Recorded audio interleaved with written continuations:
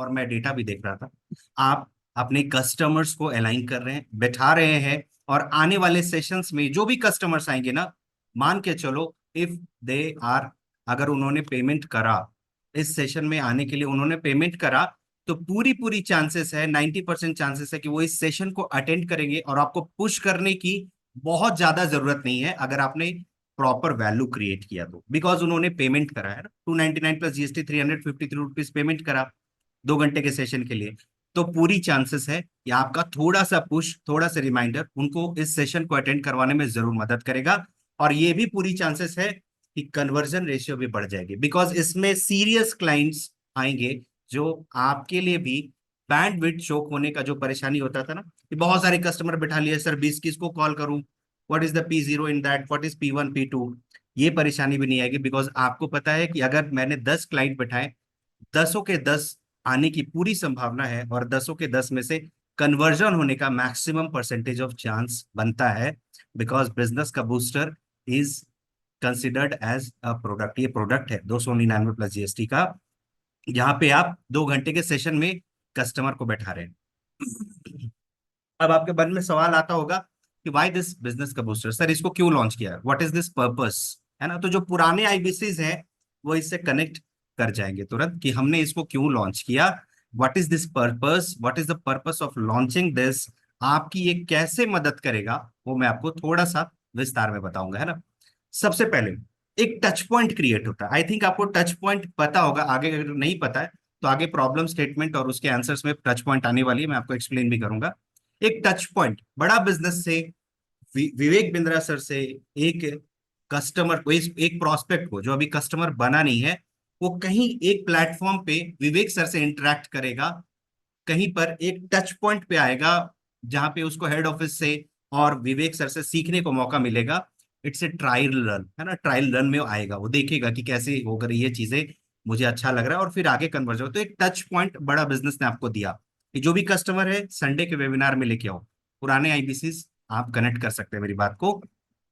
दूसरी चीज, आप लीड फनेल आप क्रिएट करेंगे, है ना, चर्निंग होगी हर हफ्ते हर हफ्ते हर हफ्ते हर हफ्ते, जैसे वीकली क्लोजिंग करते थे आप पहले, वही चीज वही सिस्टम है, जहां पे आप एक लीड फनल क्रिएट करेंगे, पूरे हफ्ते एक कस्टमर से बात करेंगे, उनकी फॉलोअप लिस्ट बनाएंगे, और फिर उसको अपकमिंग वेबिनार में बैठाएंगे। मंडे से या संडे से ही after the webinar P0 P1 P2 पे आप काम करेंगे फ्रेश, फिर से नए हफ्ते के लिए आप ड्राइव करेंगे, है ना। तो लंबा टेन्योर जो खिंचता है ना 1 मंथ का, वो नहीं रहेगा कि मंथ क्लोजिंग नहीं, हम वीकली क्लोजिंग कर सकते हैं इससे, फोर्टनाइटली भी नहीं, वीकली क्लोजिंग करेंगे, हर हफ्ते करेंगे।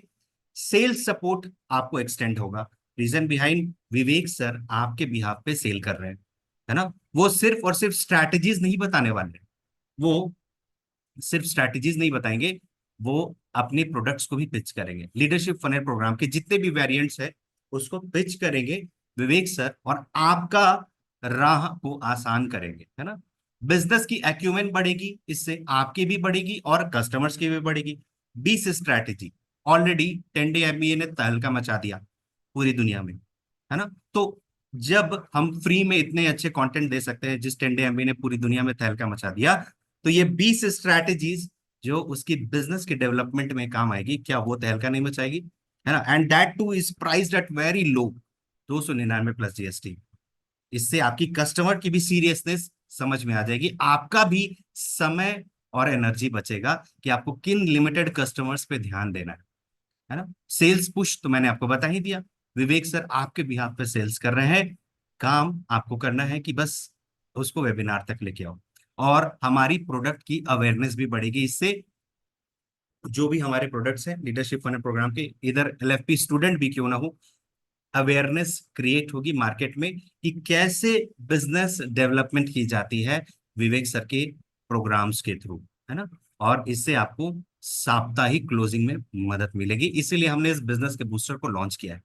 बैंडविड्थ आपकी कम हो जाएगी, फोकस कहां पर करना है, बहुत स्कैटर्ड वे में फोकस नहीं करना, लिमिटेड 5 लोग को बैठाया, 5 लोग को फोकस करना है ना।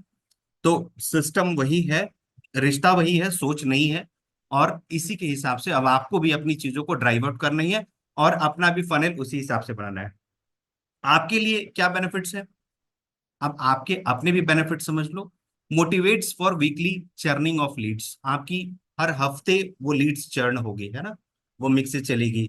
वो बोलते हैं ना, जिसमें आटा पीसते हैं, वो हर हफ्ते चलेगा, हर हफ्ते चलेगा, हर हफ्ते चलेगा। तो आप एक अलाइनमेंट में आ जाओगे, है ना, अलाइनमेंट में आ जाओगे। आप मंथली शेड्यूल से आप हर हफ्ते की, हर दिन की क्लोजिंग में लगोगे, आपकी भी मोटिवेशन चालू रहेगी।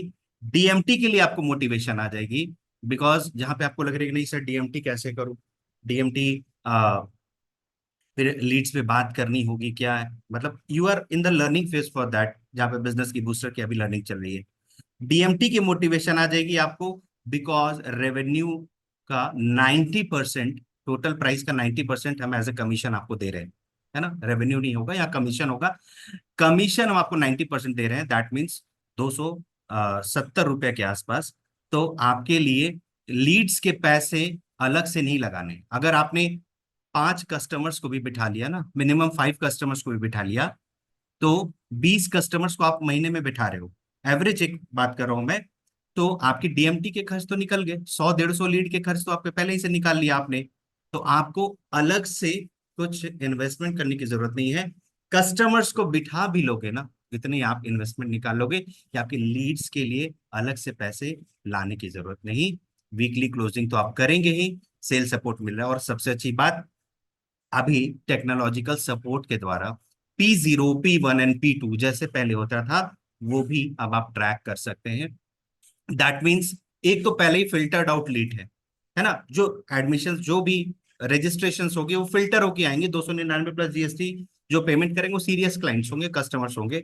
उसमें से भी P0, P1, P2 निकल के अगर आ रहा है, तो आपको, आपकी काम सोचो कितनी हल्की और आसान हो गई। किन पे आपको ज्यादा फोकस करना है वो आपको पहले पता चल जाएगा, है ना।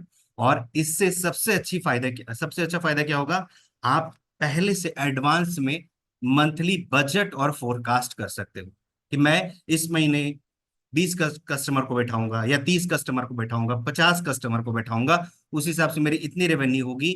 वो रेवेन्यू जो भी आएगा मुझे, मैं लगा दूंगा डीएमटी में, डीएमटी से फिर मुझे इतने लीड्स आएंगे, और उस लीड्स पे मेरी कन्वर्जन परसेंटेज के हिसाब से इतनी कन्वर्जन होगी, 3%, 4%, 5%, डेटा भी बना नहीं है, बन रहा है।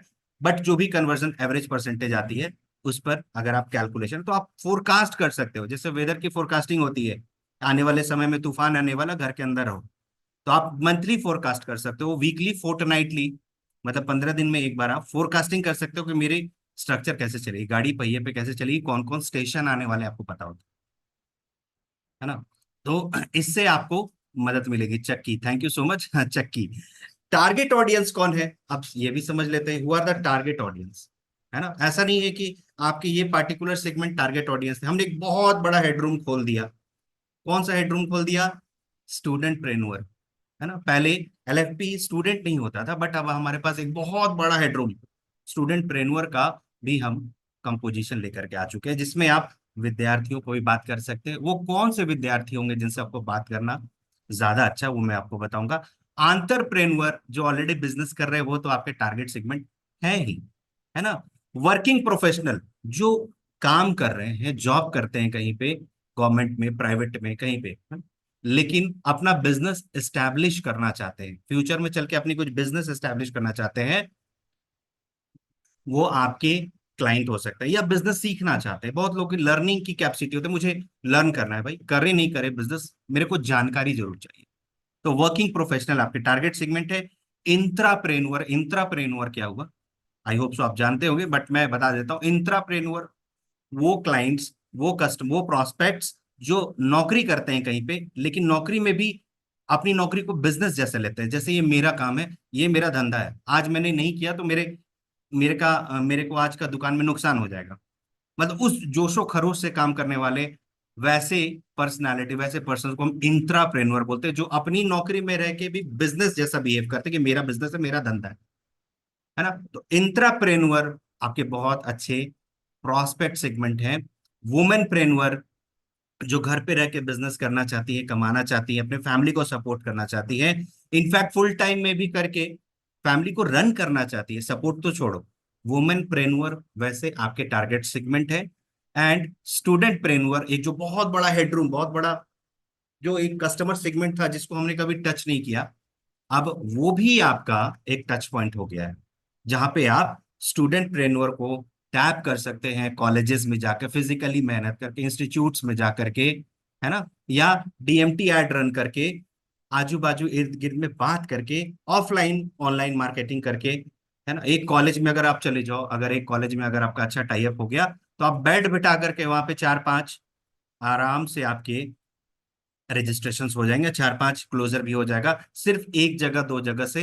एक बहुत बड़ा हेडरूम खोल दिया है स्टूडेंट प्रेन्योर, एलएफपी स्टूडेंट आपके लिए बहुत बड़ा, बिकॉज वो स्टूडेंट कौन से हैं, जो बिजनेस एडमिनिस्ट्रेशन सीख रहे हैं, सीखना चाहते हैं, बिजनेस आगे करना चाहते हैं पढ़ाई करके, ग्रेजुएशन करके या पोस्ट ग्रेजुएशन करके, जिनके बिजनेस करने का ही पूरा आगे का ख्वाब है, या जिनके फैमिली में ऑलरेडी फैमिली रन बिजनेस चल रहा है, वो सीख करके अपने फैमिली में लर्निंग देना चाहते हैं। वैसे भी स्टूडेंट आपके टारगेट सेगमेंट है ना। ग्रेजुएशन परसुइंग स्टूडेंट या ग्रेजुएट हो चुके स्टूडेंट, जिनका ग्रेजुएशन अभी करके 2 3 साल 4 साल होता है, they are the main target segment.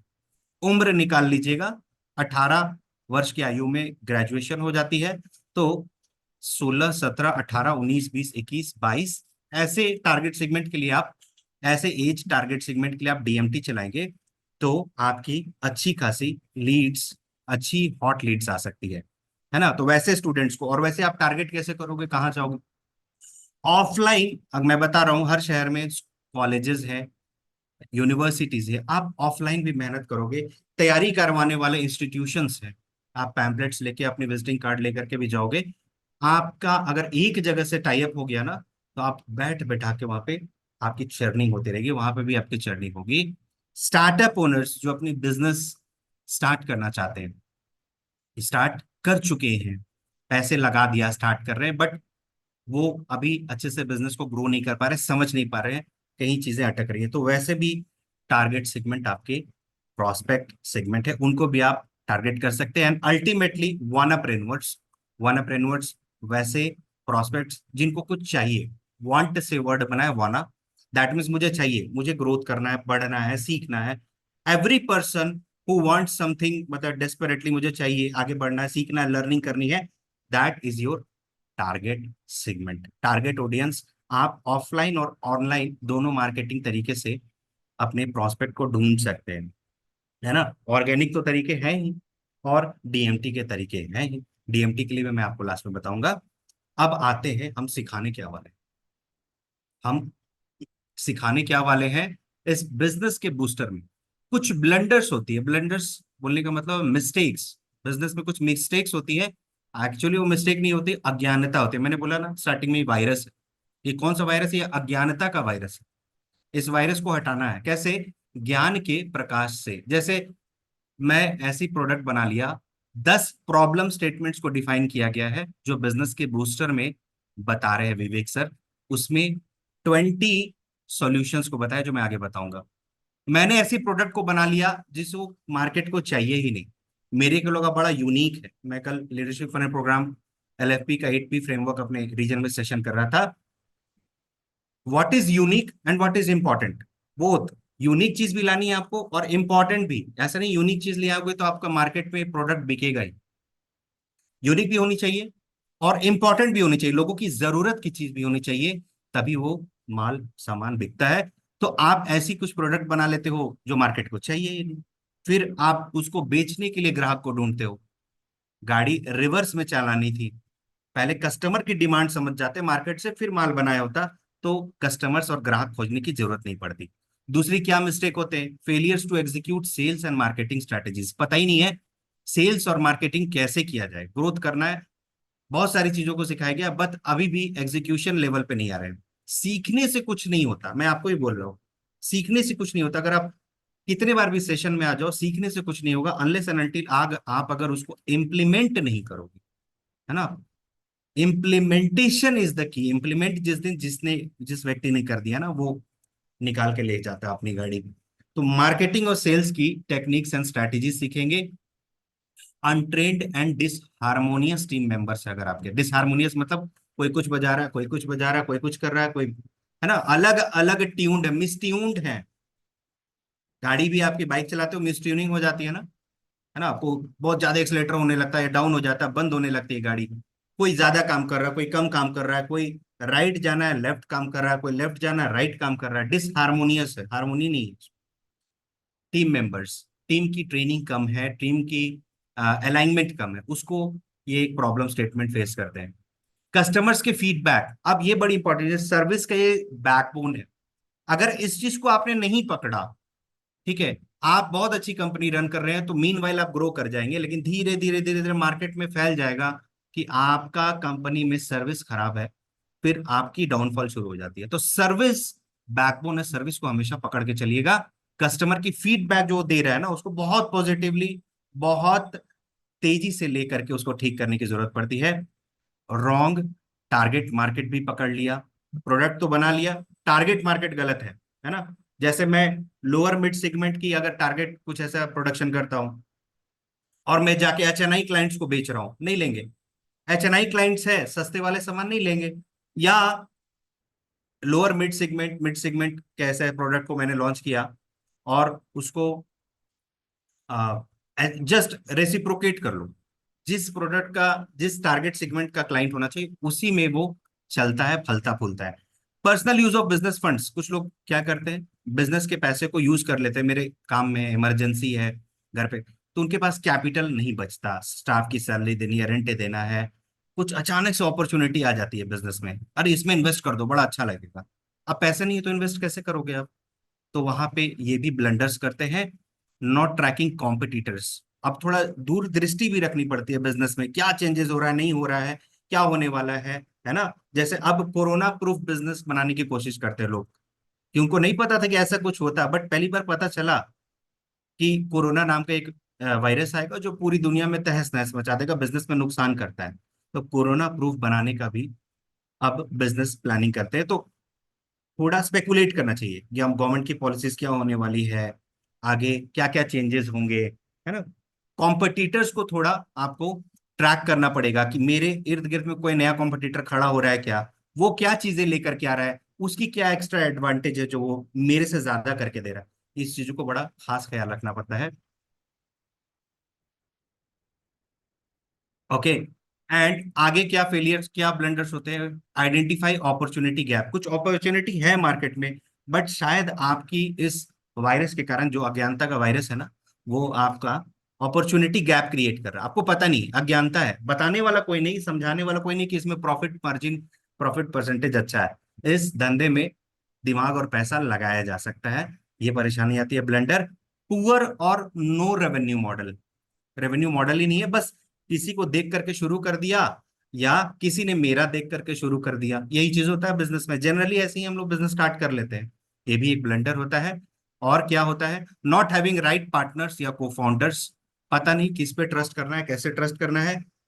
कोई एक पार्टनर आ जाता है, वो बोलता है मैं ज्यादा काम करूं, मैं ज्यादा शेयर लूंगा, है ना। या फिर कोई पार्टनर पैसे लगा दिया और वो सोचता है कि तुम ही काम करो, और शेयर मैक्सिमम वो ले जाता है।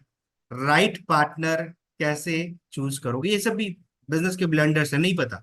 जब नए नए बिजनेस को शुरुआत करते हैं ना, तो पूरी पूरी चांसेस होती है ना कि इस तरह की कोई ब्लंडर आप कर जाओगे और एक नुकसान जरूर करोगे। दैट्स वाई 5 साल में 90 to 95% स्टार्टअप्स बंद हो जाती है, because this country is a startup country, यहाँ पे स्टार्टअप्स होती हैं, बट चूंकि बिजनेस का नॉलेज नहीं है, नॉलेज का बड़ा डीप गैप है, जिस कारण से बिजनेस ग्रो नहीं कर पाती। कंसल्टिंग सर्विसेज इसीलिए हमने शुरू किया आइडिया टू आईपीओ का, ताकि आपके बिजनेस को ग्रो करवा सके। आपको जो कमी है ना, वो मैं आपको बता के आपकी पूरी करवाऊंगा। तो दैट्स वाई ये बिजनेस गैप को पूरा करने के लिए 20 स्ट्रैटेजीज लेकर के आए हैं बिजनेस के बूस्टर का इस वर्कशॉप में। ये बूस्टर डोज काम करेगा इन सारे ब्लंडर्स को किल करने के लिए। कैसे? आइडेंटिफाई अपॉर्चुनिटीज, एक अच्छी अपॉर्चुनिटी आ रही है ना, जैसे आपको फील होता है, कोई कस्टमर आपको बोलता है, कोई प्रोस्पेक्ट बोलता है, प्रॉब्लम स्टेटमेंट क्या आती है कि सर मुझे समझ में नहीं आता, मैं कहाँ इन्वेस्ट करूं, गलत जगह इन्वेस्ट कर दिया। तो हम आपको सिखाएंगे सर, स्ट्रैटेजीज में 20 स्ट्रैटेजीज, जो बिजनेस का बूस्टर का स्ट्रैटेजीज का सेशन होने वाला है संडे को 11 बजे से 1 बजे तक, कि अपॉर्चुनिटीज को कैसे आइडेंटिफाई करते हैं। दूसरी चीज, बिल्ड योर कोर। अब build your core is simple, मैं अगर एक लाइन में, एक शब्द में आपको समझाऊं, तो आप बोल सकते हो एंट्री बैरियर क्रिएट करो। आप ऐसा क्या काम करोगे कि एंट्री बैरियर क्रिएट कर सकते हो जो दूसरा नहीं कर सकता। और जरूरी नहीं है कि आपको कुछ एकदम यूनिक प्रोडक्ट डिजाइन करनी पड़ेगी, कुछ साइंटिस्ट को रखना पड़ेगा, ऐसा कुछ जरूरत नहीं होता। आप कोई भी तरीके से एंट्री बैरियर क्रिएट कर सकते हैं जो दूसरा नहीं कर रहा हो। जैसे 30 मिनट के अंदर डिलीवरी डोमिनोज करता है ना। कैसे 30 25 मिनट में कोई नहीं कर सकता, कोई नहीं कर पाता, इनफैक्ट कोई किया भी ट्राई तो फेल कर गया, तो दैट्स वाई नुकसान हो गया। तो उसने 30 मिनट्स के अंदर डिलीवरी कर दिया। ऐसा आप क्या कर रहे हो जो कोई दूसरा नहीं कर सकता? ये कोई यूनिक चीज होना चाहिए, अलग होना चाहिए, है ना। जैसे मैं आपको एग्जांपल बताऊं, तो हमारे घर तरफ एक बहुत बड़ा व्यापारी है जो महीने के 10 लाख 20 लाख रुपए उधार बेचता है, उधार। मतलब स्ट्रैटेजी इसकी, मैं उधार बेचूं। अब इतना उधार है, वो अलग से एक एंट्री बैरियर क्रिएट कर रहा है। कोई दुकान वाला इतना उधार बेच ही नहीं सकता, बिकॉज उसके पास बहुत बड़ा कैपिटल है। एंट्री बैरियर आपको दिमाग लगाने की जरूरत है, कोई साइंटिफिक फॉर्मूला डिजाइन करने की जरूरत नहीं। आप ऐसा क्या अलग काम करेंगे जो दूसरा नहीं कर रहा है? बिल्ड योर कोर यही सिखाएगा इस वर्कशॉप में। आगे क्या? Lead scoring band, budget, authority, need and timeline. क्या ये चार चीजें हैं? कस्टमर्स का अगर प्रॉब्लम स्टेटमेंट आता है, सर सेल नहीं हो पा रहा, मेरे कस्टमर्स, मेरे क्लाइंट्स ना, मेरे सेल्स स्टाफ सेल नहीं कर पाते, पता नहीं क्या बात करते हैं, समझ में नहीं आता है कस्टमर से कि सेल ही नहीं होता, कोई लेता ही नहीं है सामान, मेरा बड़ा नुकसान जा रहा है सर, खर्चे तो लगे पड़े हैं। तो वैसे में आप बताओगे सर लीड स्कोरिंग सिखाएंगे जहां पे ये कस्टमर का पहचान पाएंगे। बजट क्या है? अथॉरिटी कौन है? बजट बहुत अच्छा हो सकता है आपका, पैसे आपके पास है, बट अथॉरिटी नहीं हो सकता आप डिसीजन ना लेते हो, आपकी पत्नी डिसीजन लेती हो। तो अथॉरिटी भी जाननी जरूरी है, नीड भी जाननी जरूरी है, कि बजट भी ठीक है, अथॉरिटी भी ठीक है, नीड ही नहीं है। कब लेना है सर? अभी। अभी नीड नहीं है, बस देखने आए थे, विंडो शॉपिंग कर रहे थे। ये समस्या भी आती है। अथॉरिटी भी जानो, नीड भी जानो, और टाइमलाइन भी जानो। बजट भी है, अथॉरिटी भी है, नीड भी है, जरूरत भी है, लेकिन टाइमलाइन बोले कब लेना है सर? तो आगे आने वाला धनतेरस में लेंगे। तो जब तक चारों चीज नहीं जानोगे ना, नहीं समझ पाओगे। तो लीड स्कोरिंग कैसे की जाती है बैंक के थ्रू, ये आप 20 स्ट्रैटेजीज टू सक्सेस में सीखेंगे। आगे क्या सीखेंगे? Evaluate then hire. बोला जाता है बूझ के उलझो, उलझ के मत बूझो, है ना। बिजनेस में ये बड़ा मूल मंत्र है कि बूझ के उलझो, मतलब पहले सीख लो और तब फिर जा करके उलझो उसमें, तब उस काम को करो, ना कि उलझ जाओ पहले और फिर उलझ जाओगे तो बूझ लोगे, मतलब परेशानी में फंस जाओगे, नुकसान कर जाओगे। पहले इवेल्युएट करो, क्या ये आपके मिशन और विजन से ये एम्प्लॉय मैच कर रहा है। कोई आकर के अगर आप कस्टमर बोलता है मैं एम्प्लॉय जो हायर करता हूँ ना काम ही नहीं करता है, समझ में नहीं आता है कैसे कैसे बंदे आ जाते हैं। तो इवेल्युएट देन हायर ये स्ट्रैटेजी सिखाएंगे आपके आने वाले वर्कशॉप में। कस्टमर को ऐसे बताना है। इंसेंटिवाइज योर एम्प्लॉय, ये क्या काम करता है? क्या जब कस्टमर आके बोलता है सर मेरे एम्प्लॉय छोड़ के चले जाते हैं, है ना, मैं समझ में नहीं आता, मैं तो अच्छा सब ठीक ही कर रहा हूँ, तो आप पूछो क्या सर अपने आप अपने एम्प्लॉय के लिए कुछ स्टिकर्स, स्टिकर्स मतलब चिपकने वाला, कुछ ऐसा कुछ क्रिएट करके रखते हो क्या? दैट मीन्स अपने एम्प्लॉय को इंसेंटिवाइज करते हो, रिवार्ड्स एंड रिकॉग्निशंस करते हो। मतलब कैसे करते हैं पता नहीं, ओके सर हम आपको सिखाएंगे 20 स्ट्रैटेजीज ऑफ सक्सेस बिजनेस का बूस्टर प्रोग्राम में। ऐसे आप बताओ। अगली क्या? एमसीडी मॉडल लीडरशिप, है ना। आप सर दुकानदार हो तो व्यवहार कैसा करते हो अपने एम्प्लॉयज के साथ, ये बड़ी इंपॉर्टेंट है। क्या आपने मैनेजिंग, कोचिंग और डेलीगेशन सीखा? दैट मीन्स ऐसा तो नहीं है कि आपने एम्प्लॉय रखा और उस पर शाउट करते हैं दिन भर, है ना, आप उससे मिसबिहेव करते हो। आप कस्टमर से पूछ सकते हो कि सर ये क्या प्रॉब्लम स्टेटमेंट लेके आएगा मेरे पास, मेरे एम्प्लॉय टिकते नहीं मेरे पास, मेरे एम्प्लॉय मेरी बात नहीं सुनते, बिकॉज आपने उसकी कोचिंग नहीं करी, बिकॉज उसने आपने उसकी मैनेजिंग अच्छे से नहीं करी, कोचिंग नहीं करी, और फाइनली उसको रिस्पॉन्सिबिलिटीज दी नहीं कि ये तुम ही करो, मुझे नहीं देखना है, मेरे को रिपोर्ट करो कर। तो एमसीडी मॉडल ऑफ लीडरशिप एक एम्प्लॉय के डेवलपमेंट में काम करता है कि वो कैसे एक मंझा हुआ एम्प्लॉय धीरे धीरे बने और वो नवरत्न बन जाए धीरे धीरे। आपके लिए एक बड़ा इंपॉर्टेंट पिलर जो आपके एक खास डिपार्टमेंट को संभाल सके, हम ये 20 स्ट्रैटेजीज में सिखाते हैं। कस्टमर के टच पॉइंट्स, अब ये बड़ी बैकबोन है सर्विस की, मैं बता रहा हूं टच पॉइंट्स, ऐसी हर एक वो जगह जहां पे कस्टमर आपसे इंटरेक्ट कर रहा है, इधर फिजिकली इधर मेंटली, है ना, सर्विस हो, सेल्स हो, आफ्टर सेल्स हो, ड्यूरिंग द सेल्स हो, हर एक चीज टच पॉइंट। जैसे आप जाते हो रिलायंस डिजिटल में और वहां पे आपको एक प्रोडक्ट लेना है, तो पहले आप क्या करते हो? पहले जाते हो पार्किंग करते हो। आप जहां जिसकी पार्किंग अच्छी नहीं हो गाड़ी घुमा ले, चलो दूसरी शॉप से ले लेते हैं, पहला ही टच पॉइंट खराब। अब अंदर घुसते हो, गार्ड खड़ा है, कुछ बोल नहीं रहा है, ना ग्रीट किया ना बोला, आपको लगेगा अरे यार इतनी बड़ी दुकान, ऐसा गार्ड रखा, बड़ा एरोगेंट भी है वे। दूसरा टच पॉइंट, आप अंदर जाओगे, गर्मी लग रही है, बहुत गर्मी लग रही है, एसी चला ही नहीं रहा है। तीसरा टच पॉइंट, इन्वायरमेंट कैसा है। सेल्स वाले काउंटर पे गया, वहां पे कोई एम्प्लॉय आपको अटेंड ही नहीं कर रहा है, सब इधर उधर खड़े हैं, आपको देख ही रहे हैं। चौथा टच पॉइंट, ऐसे ऐसे टच पॉइंट्स होते हैं, कितना देर लगा दिया बिलिंग में। हर एक टच पॉइंट, चाहे आपने मोबाइल में उसकी एड देखी थी, एड अगर दिखने में सुंदर नहीं, अच्छा नहीं है, तो वहीं पे आपका टच पॉइंट खराब होता है। Sales, service, post service, market, हर एक तरह का एक टच पॉइंट क्रिएट करता है, जिसका कस्टमर ने, जिस बिजनेसमैन ने अपने टच पॉइंट्स को अच्छा कर लिया, जो प्रॉब्लम स्टेटमेंट लेके ही आता है कि सर मेरे क्लाइंट्स तो मेरा मतलब एक बार सेल हो जाता फिर आते ही नहीं, या मेरे जिस हिसाब से मैंने शॉप बनाई उस हिसाब से सेल नहीं हो रहा है सर, सब कुछ तो ठीक ही है। आपको बताना कि सर हम टच पॉइंट सिखाते हैं 20 स्ट्रैटेजीज के तहत, जहां पे विवेक सर आपको बताएंगे कि 4 तरह के टच पॉइंट्स होते हैं जिसको आपको देखने, मॉनिटर करने और ठीक करने की जरूरत होती है। जैसे मैं रिसेंटली रेस्टोरेंट में गया था, बहुत अच्छा रेस्टोरेंट है, खाना बहुत बढ़िया था, सुपर्ब था, एनवायरमेंट, एम्बियंस सब कुछ बहुत अच्छा था, बट स्टाफ का ड्रेस बड़ा गंदा लग रहा था। तो मैं बैठा, तो वो टच पॉइंट है, मेरे को खाना ला करके दिया ना, खा तो लिया मैं, बट मेरे को अंदर से अच्छा फीलर नहीं आया, मैं बोला अगला बार नहीं जाऊँ। तो एक एक सिर्फ टच पॉइंट आपका बिजनेस खराब कर रहा है, आपको पता नहीं चलता। हम सिखाते हैं कि कैसे उस टच पॉइंट को आइडेंटिफाई करो और ठीक करो। सेशन आपको कैसा लग रहा है, मेरे को फीडबैक भी दीजिएगा, अच्छा लगता है जानने के बाद, और आप अटेंटिव होकर के सुन रहे हैं, आई एक्सपेक्ट, बहुत इंपॉर्टेंट है, बिकॉज ये हर दिन हर हफ्ते आपको करना है। इसीलिए बड़े ध्यान से सेशन को सुनिएगा, है ना, नोट्स बनाइएगा, ध्यान से सुनिएगा। और इसके इसको फिर आपको कस्टमर्स को बताना है। तो it is very very important कि आप बहुत डिलीजेंटली इस सेशन को अटेंड करें। नीड बेस्ड सेलिंग, अब ये क्या कस्टमर आप प्रॉब्लम लेके आता है, मैं जो माल बनाया वो कस्टमर खरीद ही नहीं रहा है। बोले क्यों खरीदेगा मुझे, मैं अपनी एक एक्सपीरियंस यहाँ पे शेयर करना चाहूंगा, लीडरशिप फनल प्रोग्राम का, जो मैंने अटेंड किया था बड़ा बिजनेस में।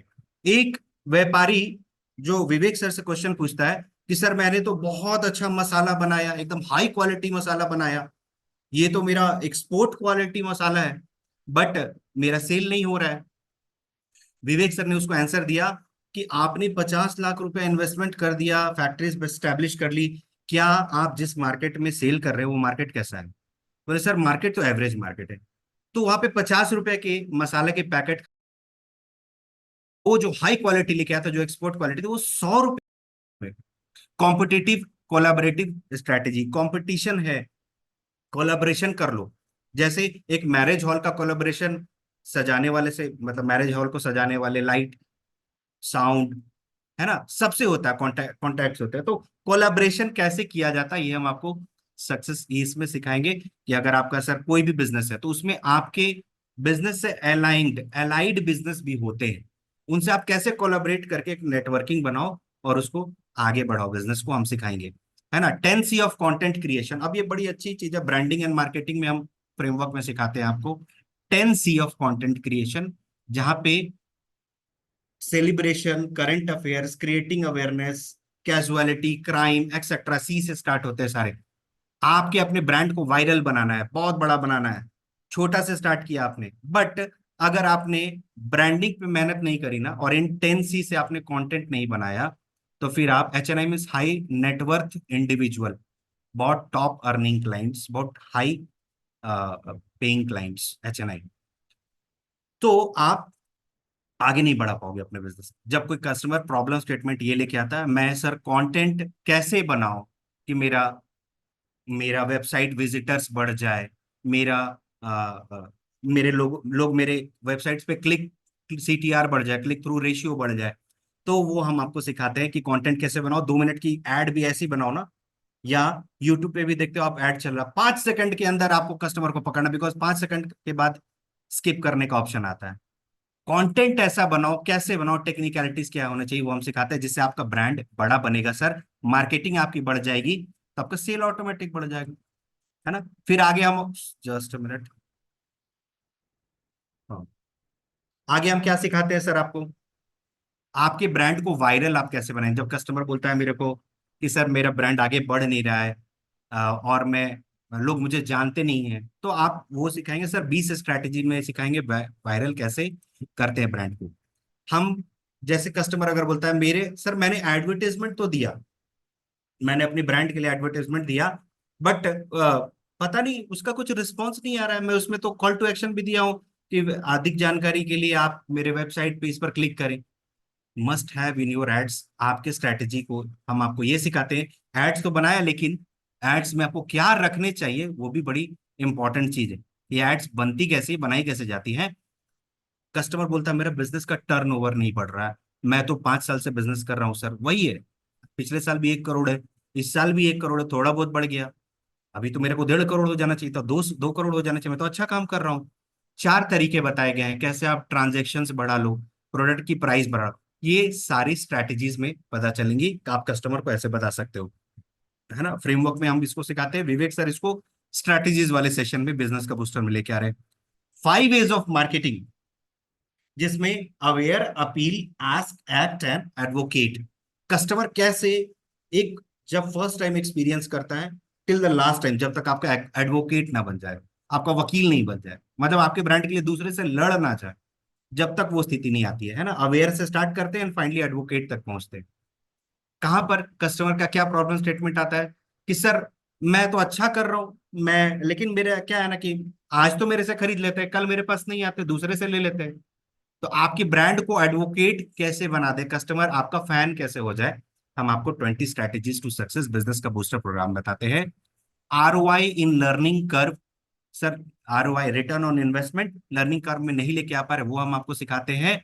When and why to hire an outside clients, consultants. बहुत सारे ऐसे काम होते हैं जब कस्टमर बोलता है मैंने टेक्नोलॉजी का ये वाला ले तो लिया, बड़ा महंगा पड़ रहा है, मेरी सारी प्रॉफिट खा जा रही है। तो सर आप आउटसाइड कंसल्टेंट्स को हायर करिए, जहां पे आपको बजट कम लगे, कम पैसे में भी काम हो जाए, है ना। जैसे बहुत कॉलेजेस विजिटिंग फैकल्टीज रखती हैं, वो ऐसा नहीं है कि मतलब वो हायरिंग कर लेंगे मेरे को, आप सैलरी बेस पे। आप कैसे और क्या उस स्ट्रैटेजी को अपना के अपना बिजनेस में काम निकालेंगे, वो हम आपको सिखाएंगे। डेट की रिस्ट्रक्चरिंग, कर्ज, कर्ज ले लिया, रिस्ट्रक्चर करना है। दैट मीन्स जैसे अभी कोरोना के टाइम पे बहुत लोगों ने लोन लिया तो रिस्ट्रक्चर करवाया गया, बहुत लोगों ने किया। पहले उन सारे लोन्स को निकालना चाहिए जो जिसके रेट ऑफ इंटरेस्ट ज्यादा होती है, number one. Number two, tenure ज्यादा होता है, लंबे समय के लिए, 10 साल, 15 साल, 20 साल। कैसे आप डेट को रिस्ट्रक्चर करेंगे, जैसे कस्टमर्स आता है बोलता है सर मैंने लोन्स तो ले लिया, बिजनेस को इंटरेस्ट भी भरना पड़ रहा है, स्टाफ को भी सैलरी दे रहा हूँ, है ना, रेंट भी दे रहा हूँ, सर मेरा सारा प्रॉफिट तो इंटरेस्ट मार्जिन खा जा रहा है बैंक। तो मैं हम आपको सिखाएंगे स्ट्रेटेजीज में, बिजनेस का बूस्टर में विवेक सर आपको सिखाएंगे कि डेट को, कर्ज को रिस्ट्रक्चर कैसे करो, कैसे महंगे बड़े लोन्स खत्म करो पहले, है ना। इनसाइट एंड डिस्काउंट क्वेश्चंस, जहां पे आपको कैसे इन सारे स्ट्रेटेजीज को इम्प्लाई करके आप बिजनेस को आगे बढ़ाते हैं। टाइम मैनेजमेंट स्ट्रेटेजीज, कस्टमर बोलता है मैं अपने बिजनेस को मैनेज नहीं कर पा रहा हूँ, ग्रोथ ओरिएंटेड काम नहीं कर पा रहा हूँ, है ना, मैं फंसा हुआ हूँ ऑपरेशन में, टाइम मैनेज नहीं कर पा रहा हूँ, मैं अब नए ब्रांचेस कैसे खोलूंगा, मेरे तो स्टाफ ही मेरे को फंसा के रखते हैं, कितना सिखाऊं सीखते नहीं। तो ऐसे में टाइम मैनेजमेंट स्ट्रैटेजीज सीखेंगे। Finally profitable push sales, push मतलब धक्का देना, पुल मतलब खींचना, पुश सेल्स, कैसे आप प्रॉफिटेबल पुश सेल्स करेंगे, इसको हम सिखाने वाली है। प्राइस इसका 299 प्लस जीएसटी आपका अपकमिंग है ना। तो बिजनेस स्ट्रैटेजीज में ऐसे तो 20 है, बट मैंने 5-6 को ऐसे आपके लिए शॉर्टलिस्ट किया जो आपके लिए रेगुलर आप सुनते हो, हमेशा सुनते हो, आपके कानों में वो जाती है, तो आपके ब्रेन जल्दी उसको रिकैप्चुलेट कर पाती है, जल्दी याद कर पाती है। तो इन 5 से 6 स्ट्रैटेजीज को अगर आप याद रखोगे, जैसे bank, budget, authority, need and timeline, customer को समझा दो, कस्टमर के टच पॉइंट्स, जैसे मैंने रिलायंस डिजिटल का एग्जांपल्स बताया, है ना। और क्या, Tennessee of content creation, viral कैसे बनाए सर, बड़ा मार्केटिंग, बड़ा मार्केट कैसे कैप्चर कैप्चर करें, लोगों तक कैसे पहुंचे, है ना, डिजिटल मार्केटिंग के थ्रू। इंसेंटिवाइज योर एम्प्लॉय, कैसे आप एम्प्लॉय को अपने यहाँ रोक करके रखे, अच्छे एम्प्लॉयज को, नवरत्ना को आइडेंटिफाई करें, आगे बढ़ाएं, है ना। How to grow your turnover, 4 strategy सीखेंगे सर जो बिजनेस के टर्नओवर को बढ़ाती है, तो वो विवेक सर सिखाएंगे। And finally need based selling, sir वो प्रोडक्ट बनाओ जो मार्केट को चाहिए, वो नहीं कि जो आपको अच्छा लग रहा है और यूनिक है। तो इन 5-6 चीजों को मैंने शॉर्टलिस्ट किया, हालांकि आप कुछ भी बता सकते हो इन 20 स्ट्रैटेजीज में, कस्टमर के नीड के हिसाब से, परेशानी के हिसाब से आपको बताना है। बट स्टिल ये 6 चीजों को मैंने शॉर्टलिस्ट किया जो आप अक्सर ही सुनते हो और आपके ब्रेन पे याद रहती है। मैंने ये मैं ये वीडियो भी लेके आया हूँ, वीडियो आपके पास ऑलरेडी आ चुकी होगी।